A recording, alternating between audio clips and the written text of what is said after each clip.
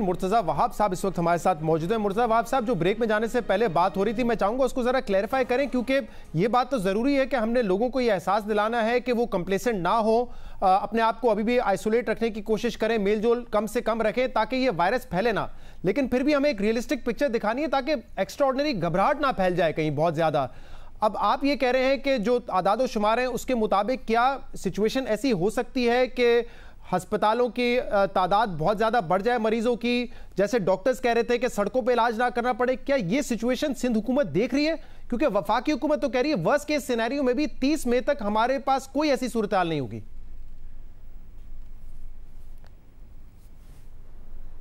ये भरपूर दुआ है कि अल्लाह ताला इस कौम पर खुसूसी करम करे और जो जफर साहब बातें कर रहे हैं, वफाकी हुकूमत बातें कर रही है, दुरुस्त साबित हो। मैं जरा थोड़ा आसान अल्फाज में आपके लिए स्पेल आउट कर दूं। आप सिर्फ जब सिचुएशन को देखते हैं, आप सिर्फ आईसीयू और वेंट्स की बात नहीं करते हैं, आप जो अस्पताल में पेशेंट्स हैं उनको भी देखते हैं। 557 ऐसे लोग हैं जो कि अस्पताल में इस वक्त जेरे इलाज भी हैं, जो कि कोविड पेशेंट्स हैं। उसके अलावा 560 ऐसे अफराद भी हैं जो कि गवर्नमेंट के रन आइसोलेशन सेंटर में आज भी मौजूद हैं। तो ये वो लोग हैं जो कि आपके सिस्टम को क्लॉग कर सकते हैं। अब आप मुझे बताइए कि ये 1200 लोग अलग हो गए, उसके बाद मैंने आपको जो आईसीयू वाले और वेंट वाले पेशेंट बताए, अगर इनमें से किसी भी पेशेंट की सिचुएशन खराब होती है, वो कहाँ जाएगा?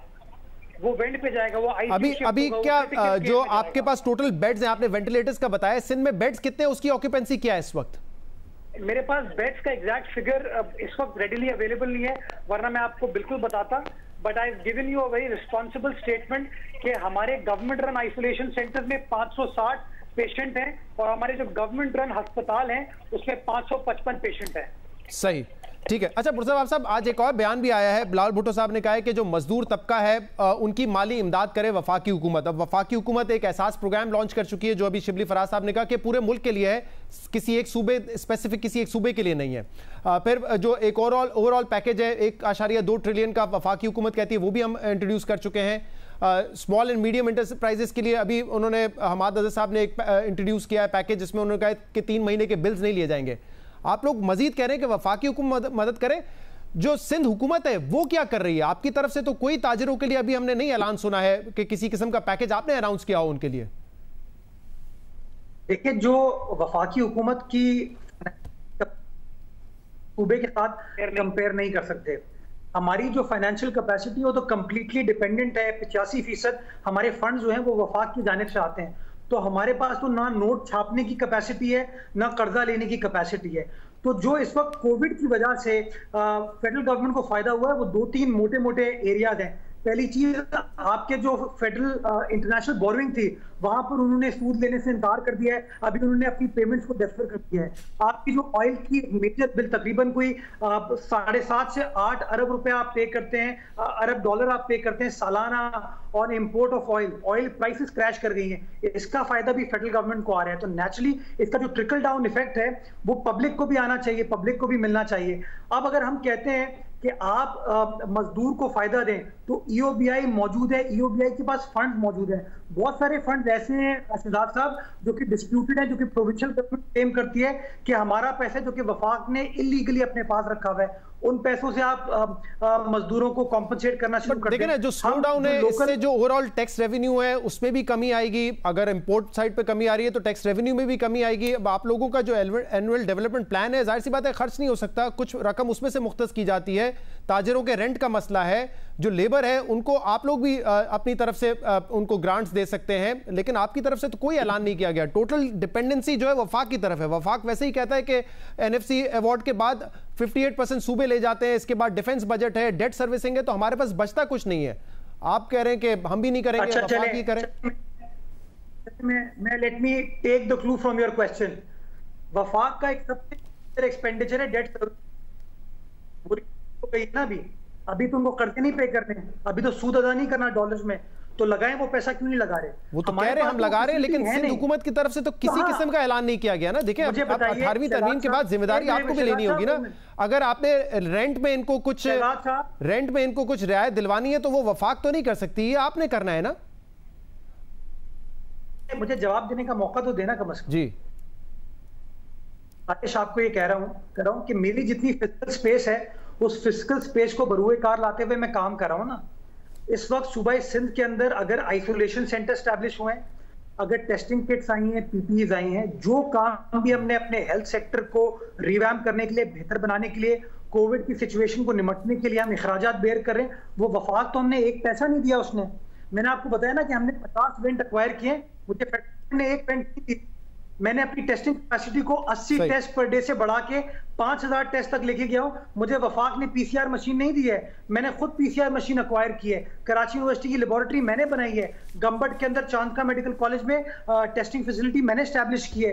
अगर मैं आज टेस्ट शिबली फराज साहब ने कहा कि 18वीं तरमीम के बाद वैसे ही हेल्थ सर्विसेज जो है वो सूबे का सब्जेक्ट है।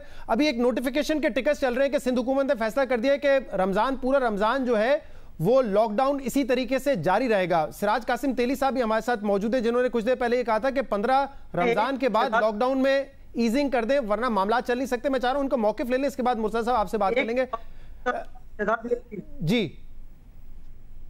ये जो बार बार ये लोग 18वीं तरमीम के हवाले से बात करते हैं और अनफॉर्चुनेटली को पढ़े बगैर से पूछे कि वफाक की फिर रिस्पॉन्सिबिलिटी है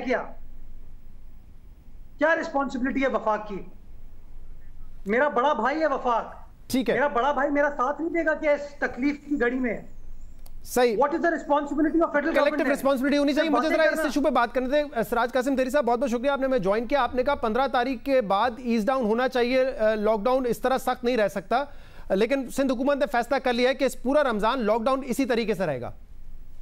Shahzad, thank you very much. बात से बड़ी सिंपल सी है कि देखे 1 महीने से ज्यादा हो चुका है और छोटे दुकानदार, छोटे ताजिर बहुत परेशान है। और रमजान के आखिरी जो 15 दिन होते हैं वो 15 दिन कमाई के होते हैं। पूरे साल के सामने वो 15 दिन में इनकी मैक्सिमम कमाई होती है। तो मैंने रिक्वेस्ट ये इसलिए की है कि वैसे तो हुकूमत सिंध माशाल्लाह काम अच्छा कर रही है, मगर मजबूत कोई SOPs बनाए और जिसमें कोशिश करे कि डिसिप्लिन पैदा हो।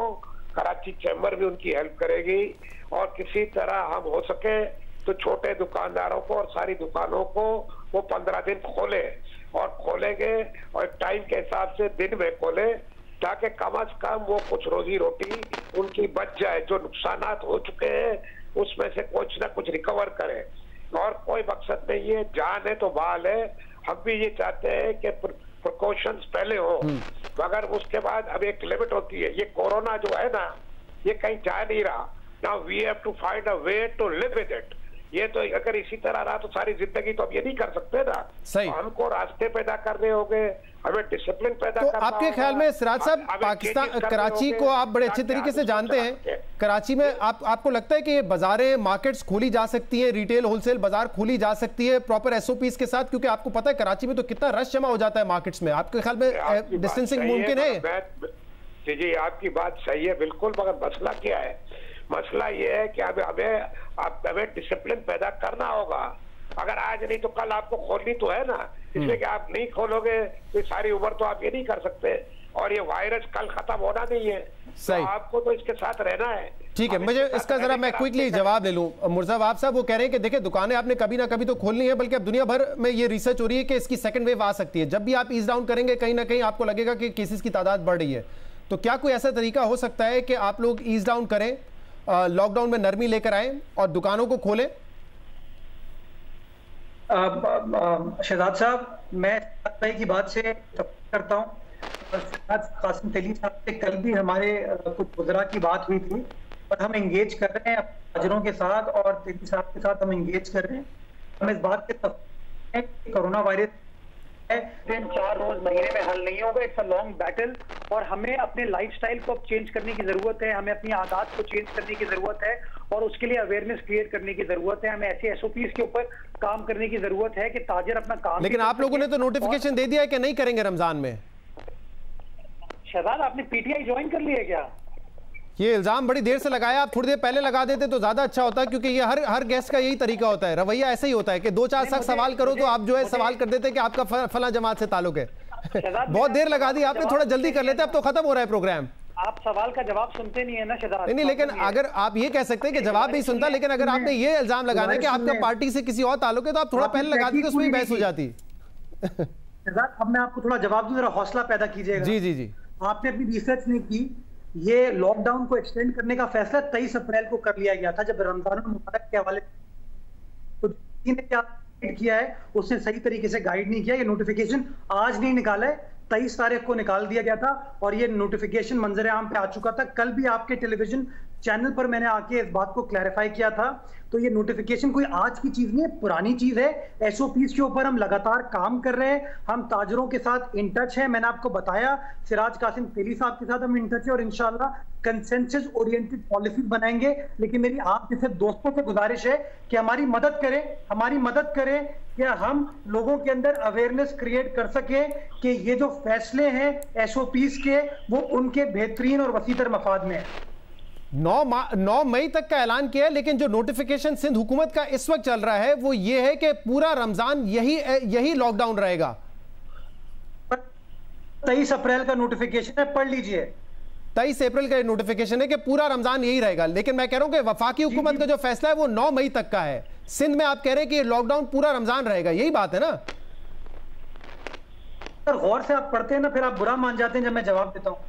23 अप्रैल नोटिफिकेशन है, तो रमजान मुबारक के हवाले से एसओपीज तयन करता है और नेचुरली जब रमजान मुबारक के हवाले से एसओपीज का तयन किया गया है तो वो रमजान के 10 रोज के लिए नहीं होंगी, वो रमजान मुबारक के 30 रोज के लिए होंगी। मैं यही कह रहा हूं मुर्तज़ा वहाब साहब, मैं 23 अप्रैल की बात पे नहीं डिबेट कर रहा। मैं ये कह रहा हूं कि वफाक ने कहा है कि 9 मई तक होगा लॉकडाउन। आप कह रहे हैं कि सिंध हुकूमत कह रही है कि रमजान के 30 दिन होगा। ये मैं टाइम की बात कर रहा हूं, टाइम में फर्क है ना। वो 9 मई तक कह रहे हैं। देखिए नहीं, थोड़ा डिफरेंस है। उन्होंने लॉकडाउन को स्पेसिफिकली एक्सटेंड किया है, उन्होंने एक सेपरेट नोटिफिकेशन निकाला है। 23 अप्रैल का जो हमारा नोटिफिकेशन है it is with regards to Ramzan मुबारक के महीना, उसकी एसओपीज के हवाले से। अभी भी हम फेडरल गवर्नमेंट ने जो 9 मई का नोटिफिकेशन निकाला है we are bound by that. हमारे वजीर आजम को कह चुके हैं आप फैसला करेंगे, आप फैसले को फॉलो करेंगे। तो 9 मई तक हम बाउंड है। अब देखें आगे फेडरल गवर्नमेंट क्या करती है। मैं यही फर्क बता रहा था, उन्होंने 9 मई तक फैसला किया है, सिंध हुकूमत ने कहा है कि 30 दिन रमजान के यही लॉकडाउन रहेगा। बहुत बहुत शुक्रिया मुर्तज़ा वहाब साहब और सिराज कासिम तेली साहब हमारे साथ मौजूद थे।